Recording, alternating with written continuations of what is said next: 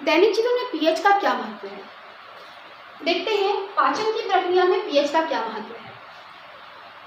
हमारे अमाशय में हाइड्रोक्लोरिक अम्ल का स्त्रावन होता है। वैसे तो हाइड्रोक्लोरिक अम्ल प्रबल अम्ल होता है, किंतु अमाशय से स्रावित जो हाइड्रोक्लोरिक अम्ल होता है वो इतना प्रबल नहीं होता कि हमें नुकसान पहुंचाए, बल्कि ये हमारे भोजन को पचने में सहायता करता है।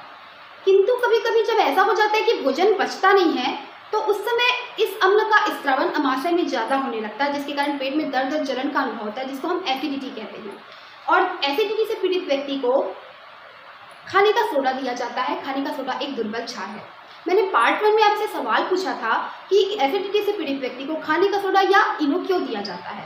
तो चूंकि खाने का सोडा एक दुर्बल क्षार है और HCl अम्ल है, हम सभी जानते हैं, और हमने उदासीनीकरण की क्रिया पढ़ा है कि अम्ल क्षार को उदासीन कर देता है। तो इस प्रकार जिस व्यक्ति को एसिडिटी की प्रॉब्लम होती है, उसको जब खाने का सोडा दिया जाता है तो उसका पेट का माहौल उदासीन हो जाता है। तो इस प्रकार हम देख सकते हैं कि पाचन की प्रक्रिया में जो पीएच मान है वो बहुत ही महत्वपूर्ण स्थान रखता है। दूसरा हम देखते हैं रक्त का पीएच और जैविक प्रक्रियाएं। हमारे रक्त का पीएच मान 6.8 से 7.8 के बीच होता है। वैसे तो 6.8 और 7.8 लगभग 7 के नज़दीक है, तो इसको उदासीन माना जाता है, लेकिन चूंकि ये 7 से थोड़ा ज़्यादा है, इसलिए हमारा रक्त हल्का क्षारीय होता है। तो इस पीएच मान में रक्त में जो प्लाज्मा होता है, सीरम होता है, उसमें जितने भी रासायनिक पदार्थ होते हैं उनका संतुलन अच्छा बना रहता है। और इतने पीएच मान में ही हीमोग्लोबिन जो है वो उसकी आकृति भी ठीक होती है, वो ठीक प्रकार से ऑक्सीजन का परिवहन करता है। लेकिन अगर हमारे रक्त का पीएच मान इससे कम हो जाए, अर्थात हमारा रक्त अम्लीय हो जाए, तो हीमोग्लोबिन की अणु की आकृति बिगड़ जाती है, विकृत हो जाती है, और तब वो ऑक्सीजन को ग्रहण नहीं कर पाता है, और ऐसी स्थिति में हमको कई समस्याएं हो सकती है। अतः प्रश्न है कि हमारे रक्त का पीएच मान अम्लीय क्यों नहीं होना चाहिए। तो यदि रक्त का पीएच मान अम्लीय होगा तो हीमोग्लोबिन के अणु की आकृति बिगड़ जाएगी, विकृत हो जाएगी, और वो ऑक्सीजन का परिवहन नहीं कर पाएगा। हम सभी जानते हैं कि ऑक्सीजन जो है हमारे शरीर की प्रत्येक कोशिकाओं में पहुंचकर भोज्य पदार्थों को ऑक्सीकृत करती है और ऊर्जा मुक्त होती है, और यही ऊर्जा प्रत्येक कोशिका के माइटोकॉन्ड्रिया में एटीपी के रूप में इकट्ठी होती है। इस प्रकार हमारे रक्त का पीएच मान 6.8 से 7.8 के बीच होना बहुत जरूरी है। तीसरा पॉइंट है लार का पीएच मान। हमारे लार का पीएच मान 5.5 से कम नहीं होना चाहिए। 5.5 से कम नहीं होना चाहिए, क्योंकि यदि ऐसा हो तो हमारे लार का पीएच मान बहुत ज़्यादा अम्लीय हो जाता है, और इस स्थिति में हमारे दांतों में सड़न प्रारंभ हो जाती है। हमारे दांतों का जो इनेमल होता है वो कैल्शियम फास्फेट का बना होता है, और ये कैल्शियम फास्फेट बहुत कठोर होता है जो कि पानी में नहीं घुलता है। एक वस्तुनिष्ठ प्रश्न ये भी है कि लार का पीएच मान कितना होने पर दांतों में सड़न प्रारंभ होती है। तो लार का पीएच मान 5.5 से जब कम हो जाता है तब हमारे दांतों में सड़न प्रारंभ होती है, और इसी वजह से ताकि हमारे लार का, हमारे मुंह का माध्यम जो है वो अम्लीय ना हो, इसको दूर करने के लिए क्षारकीय मंजन से ब्रश करना चाहिए डेली। तीसरा पॉइंट हम देखते हैं पीएच और पौधे व जंतुओं की आत्मरक्षा। कई जंतु जैसे कि बिच्छी और मधुमक्खी, इसके अलावा चींटी, इसके अलावा बहुत सारे पेड़ पौधे और जंतु, पेड़ पौधों में कुछ ऐसे रेशे पाए जाते हैं जिनमें अम्ल पाया जाता है, और जब पेड़ पौधों को काटने के लिए जाओ तो वो रेशे जो है वो जंतु या मनुष्य के शरीर में वो चुभो देते हैं, और वो जो अम्ल है वो उनकी बॉडी में चला जाता है, जिसके कारण उनको बहुत ज़्यादा जलन महसूस होती है। इसी प्रकार बिच्छू भी काटता है तो बहुत जलन महसूस होती है। इस प्रकार के कीड़े मकोड़ों में फार्मिक अम्ल पाया जाता है, जैसे चींटी में भी फार्मिक अम्ल पाया जाता है, इसलिए उसको फार्मिका कहते हैं। तो जब चींटी काटती है, मधुमक्खी काटती है, तो उनमें जो अम्ल होता है वो हमारी नसों में चला जाता है, जिसकी वजह से हमें दर्द और जलन का अनुभव होता है। इसके अलावा और ऐसे पेड़ पौधे हैं जो अपने आप को खाने से बचाए जाने के लिए अपने रेशे वाले जो डंक हैं वो जंतुओं को चुभो देते हैं। इस प्रकार जंतु और पेड़ पौधे पीएच के जरिए अपनी रक्षा कर पाते हैं। अगला पॉइंट है मिट्टी का पीएच और फसल का उत्पादन। धान के उत्पादन के लिए मिट्टी का पीएच मान 5 से 8 तक होना चाहिए। धान के उत्पादन के लिए मिट्टी का जो पीएच मान है वो 5 से 8 तक होना चाहिए। इस लेवल से कम या ज़्यादा पीएच का मान होने पर फसलों को नुकसान हो सकता है, या फसलों के उत्पादन में भी प्रभाव हो सकता है। तो इसके लिए जो किसान होते हैं वो खेतों में चूना या राख डालते हैं। चूना जो होता है वो क्षार होता है और हम जानते हैं कि अम्ल क्षार को उदासीन कर देता है। इसके अलावा जो हाइड्रेंजिया नामक फूल होता है वो मिट्टी की अम्लता और क्षारीयता के अनुसार अपना रंग दिखाता है। जैसे कि अगर मिट्टी अम्लीय है तो वो नीला रंग प्रदर्शित करेगा और मिट्टी क्षारीय है तो वो लाल रंग प्रदर्शित करता है। हमारा अगला टॉपिक है लवण अर्थात साल्ट। इम्पॉर्टेंट टॉपिक है। प्रश्न है कि लवण क्या है। लवण ऐसे आयनिक यौगिक होते हैं जिनका एक भाग ऋण आवेशित तथा दूसरा भाग धन आवेशित होता है। इसमें धन आवेशित आवेश और ऋण आवेशित आवेशों की संख्या बराबर होती है, इसलिए लवण विद्युत उदासीन होता है। हमने उदासीनीकरण की क्रिया पढ़ा है। हमने पढ़ा है कि उदासीनीकरण की क्रिया में अम्ल जो है वो क्षार से क्रिया करके लवण और जल बनाते हैं। हम जानते हैं कि अम्ल जल में घुलकर H+ आयन देते हैं तथा क्षार जल में घुलकर OH- आयन देते हैं। जब अम्ल और क्षार आपस में क्रिया करते हैं तो यही H+ और OH- आयन क्रिया करके जल बनाते हैं और अम्ल और क्षार आपस में क्रिया करके बनाते हैं लवण और बनता है जल। ये हमने उदासीनीकरण की क्रिया में पहले ही पढ़ा है। लवण के अंतर्गत हमारा अगला टॉपिक है अम्लीय व क्षारीय मूलक से। अम्लीय व क्षारीय मूलक को समझने के लिए हमें उदासीनीकरण की क्रिया को फिर से पढ़ना होगा। जैसे कि एग्जाम्पल के लिए हम देखते हैं कि HNO3 अर्थात नाइट्रिक अम्ल का हमने लिया जलीय विलयन प्लस इसकी क्रिया हमें क्षार, जैसे हम एग्जाम्पल के लिए लेते हैं पोटेशियम हाइड्रोक्साइड से कराते हैं। पोटेशियम हाइड्रोक्साइड का जलीय विलयन लिखते हैं। पोटेशियम हाइड्रोक्साइड से कराते हैं, ये है नाइट्रिक अम्ल, हम जानते हैं इसका नाम है नाइट्रिक अम्ल और इसका नाम है पोटेशियम हाइड्रोक्साइड।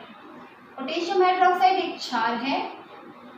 पोटेशियम हाइड्रोक्साइड हमने आर्हीनियस की परिभाषा पढ़ी है जिसके अनुसार जो अम्ल है वो जलीय विलयन में H+ आयन देते हैं और क्षार जलीय विलयन में OH- आयन देते हैं। हम जानते हैं कि अम्ल जलीय विलयन में अपने आयनों में बढ़ जाते हैं, इसी प्रकार क्षार भी जलीय विलयन में अपने आयनों में बढ़ जाते हैं।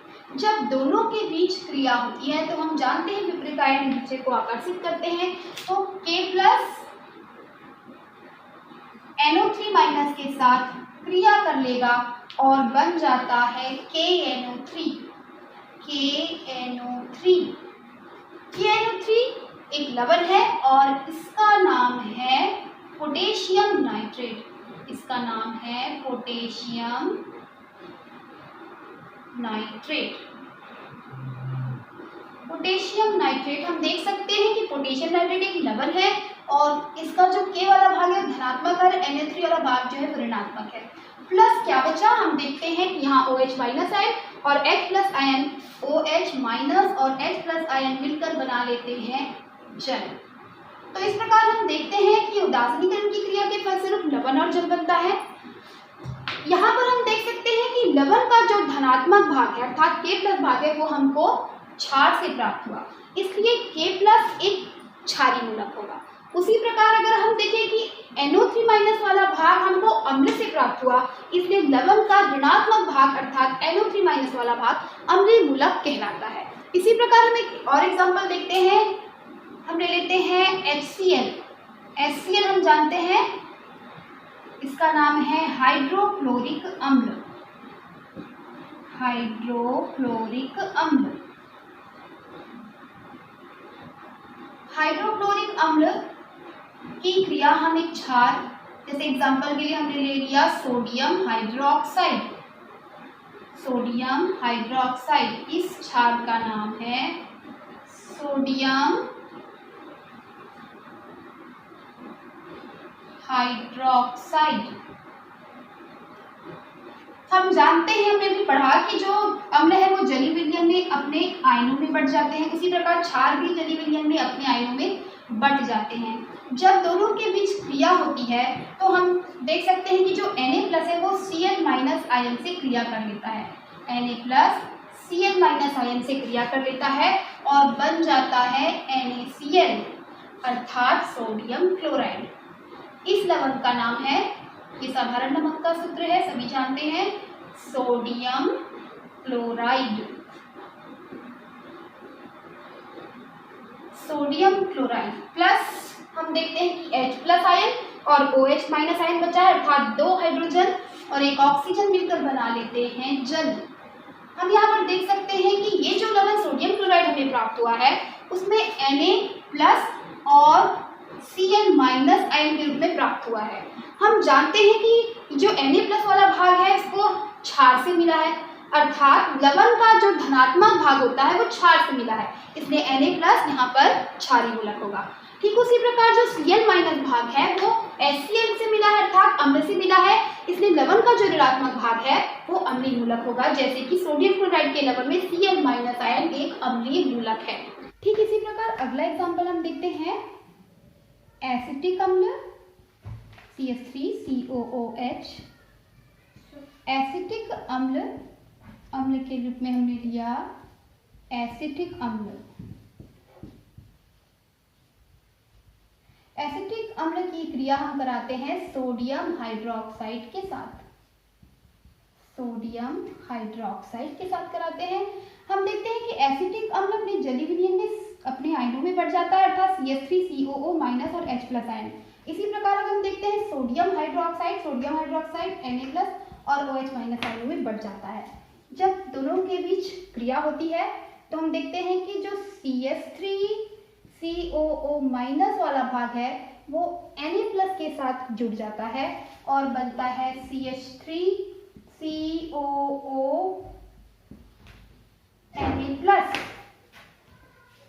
और बचा क्या H+ और OH- आयन क्रिया करके बना लेते हैं जल।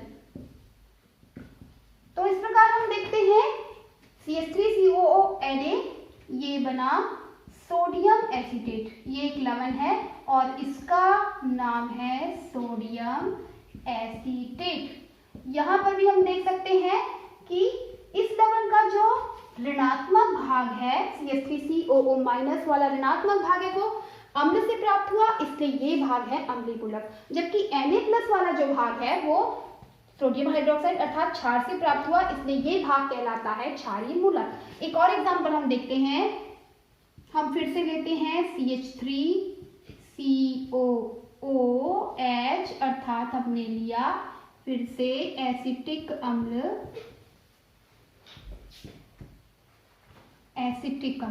हमने फिर से लिया एसिटिक अम्ल प्लस हमने लिया क्षार के रूप में इस बार ammonium hydroxide NH4OH, ammonium hydroxide. हम देखते हैं कि एसिटिक अम्ल अपने जलीय विलयन में आयनों में बढ़ जाता है और अमोनियम हाइड्रोक्साइड, इस क्षार का नाम है अमोनियम हाइड्रोक्साइड। मैंने बताया था कि जब भी आप लोग यौगिक लिखो उसके नीचे उसका नाम लिखो, इससे आपको यौगिकों का नाम सूत्र दोनों याद होगा। साथ में जब आप लोग बड़ी क्लासेस में जाओगे, आगे क्लास में केमिस्ट्री लेकर पढ़ोगे तो ये बहुत काम आएगा। तो हम देखते हैं कि अमोनियम हाइड्रोक्साइड जलीय विलयन में NH4+ और OH- आयन में बढ़ जाता है। फिर जब आपस में दोनों की क्रिया होती है तो CH3COO- NH4 के साथ जुड़ जाता है और बनता है CH3COO- वाले भाग के साथ जुड़ जाता है NH4+, CH3COO NH4। ये बना, इस लवण का नाम है ammonium acetate, ammonium acetate. Ammonium acetate plus बचा H+ आयन और OH- आयन आपस में क्रिया करके बना लेते हैं जल, आपस में क्रिया करके बना लेते हैं जल। तो इस प्रकार हम देखते हैं कि अमोनियम एसीटेट एक लवण है और इसका जो ऋणात्मक भाग है वो चूंकि अम्ल से प्राप्त हो रहा है इसलिए ऋणात्मक भाग अम्लीय मूलक होगा, जबकि NH4+ वाला भाग क्षार से प्राप्त हो रहा है इसलिए क्षारीय मूलक होगा।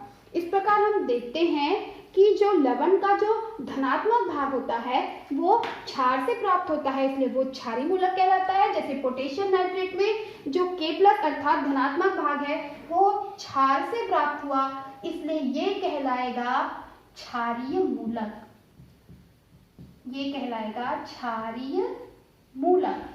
जबकि अगर हम देखें कि NO3- वाला भाग जो अम्ल से प्राप्त हुआ है इसलिए ये वाला NO3- वाला भाग कहलाएगा अम्लीय मूलक। इस प्रकार लवण का धनात्मक और ऋणात्मक भाग अम्लीय मूलक और क्षारीय मूलक होता है। जो धनात्मक भाग होता है वो चूंकि क्षार से प्राप्त होता है इसलिए क्षारीय मूलक, और ऋणात्मक भाग जो होता है, जितने भी ऋणात्मक भाग है वो चूंकि अम्ल से प्राप्त होते हैं इसलिए कहलाते हैं अम्लीय मूलक। अगला टॉपिक है, क्या सभी लवण की प्रकृति उदासीन होती है? हमने पढ़ा था कि जिन विलयनों का पीएच मान 7 होता है उनकी प्रकृति उदासीन होती है। तो क्या सभी लवण उदासीन प्रकृति के होते हैं? इसे समझने के लिए कुछ एग्जाम्पल देखते हैं।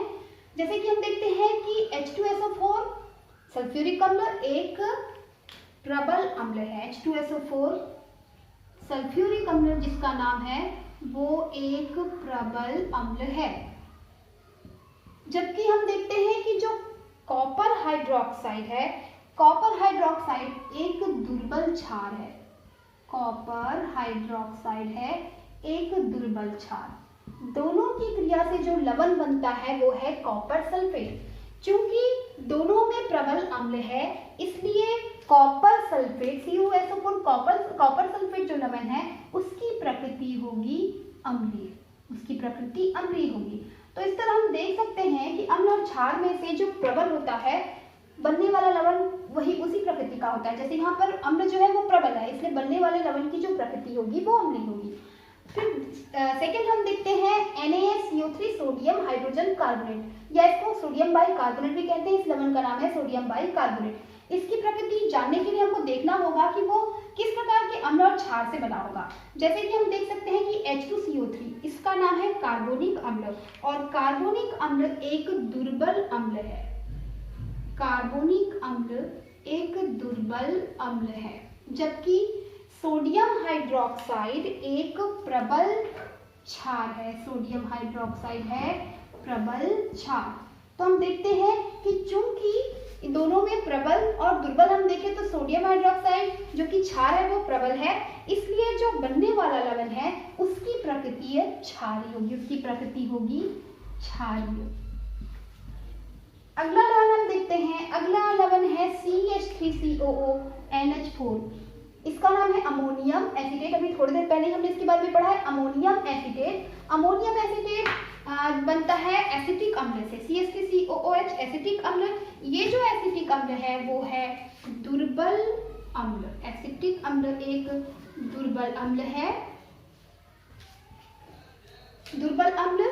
और अमोनियम एसीटेट जिस क्षार से बनता है NH4OH वो एक दुर्बल क्षार है, वो एक दुर्बल क्षार है।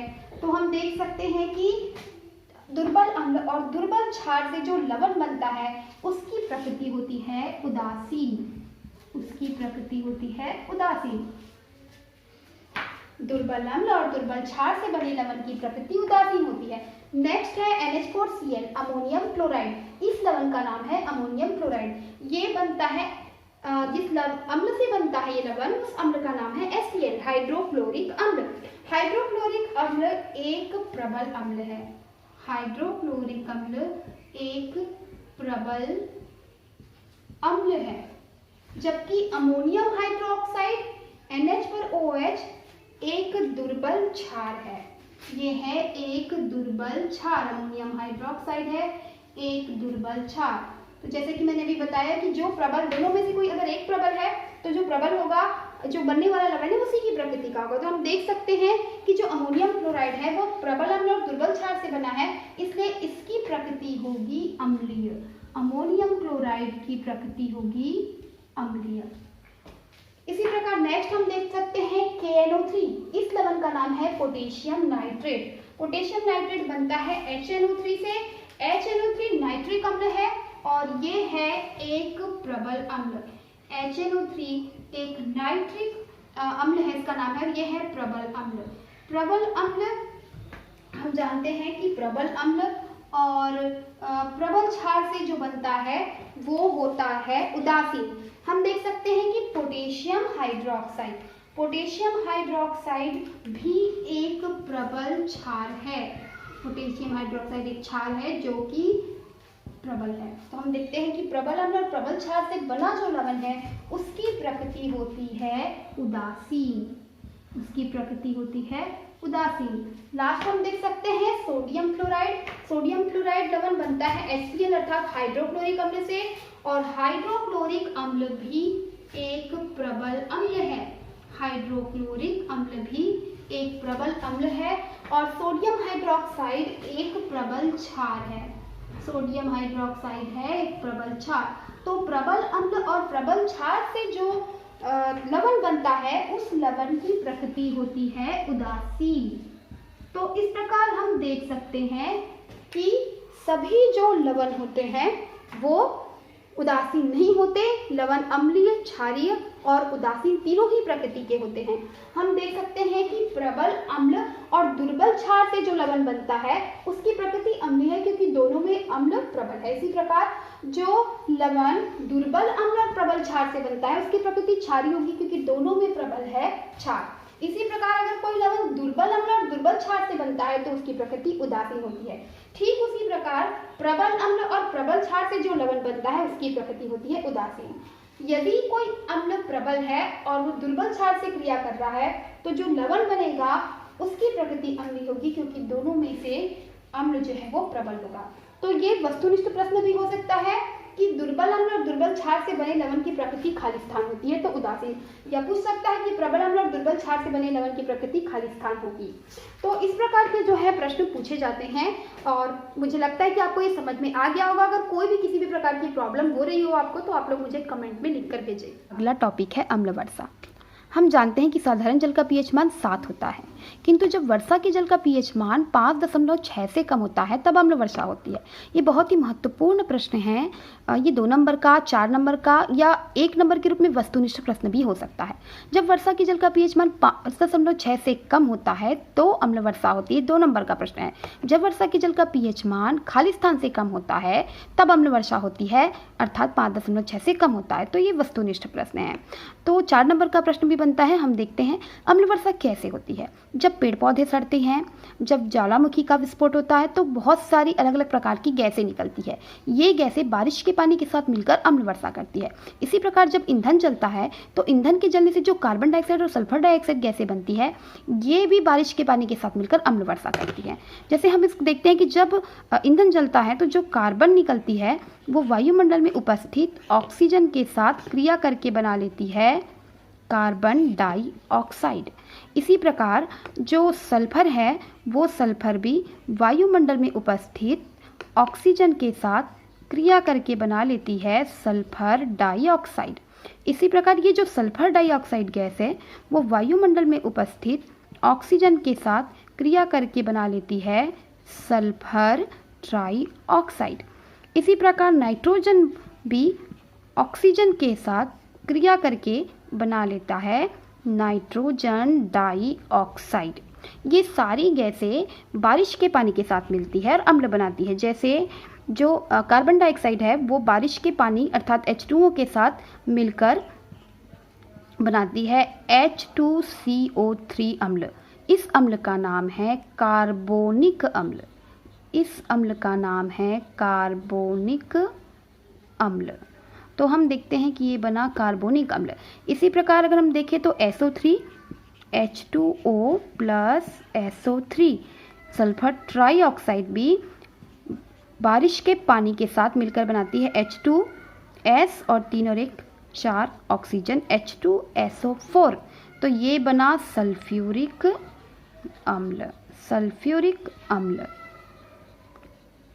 इसी प्रकार अगर हम देखें नाइट्रोजन डाइऑक्साइड भी बारिश के पानी के साथ मिलकर बनाती है HNO3।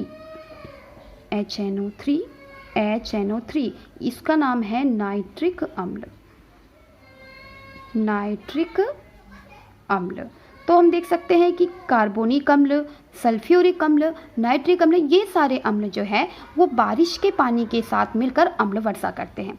अम्ल वर्षा का प्रश्न पूछता है कि अम्ल वर्षा के क्या क्या नुकसान हैं। तो अम्ल वर्षा के बहुत सारे नुकसान हैं। जैसे जो फसलें हैं इससे उनको नुकसान होता है, जो फसलें हैं वो ख़राब हो जाती है, उत्पादन पर प्रभाव पड़ता है, पानी तो विषैला हो ही जाता है। इसके अलावा जो इमारतें हैं उनका क्षरण होता है। जैसे ताजमहल जो है वो बहुत वाइट कलर का था, अब वो हल्का पीलापन हो गया है, तो वो उसका कारण भी अम्ल वर्षा है। तो ये भी एक बहुत महत्वपूर्ण प्रश्न है कि पूछता है कि ताजमहल के कलर का रंग हल्का पड़ने का क्या कारण है, तो उसका कारण भी अम्ल वर्षा ही है। चैनल को लाइक कीजिए, शेयर कीजिए और सब्सक्राइब कीजिए।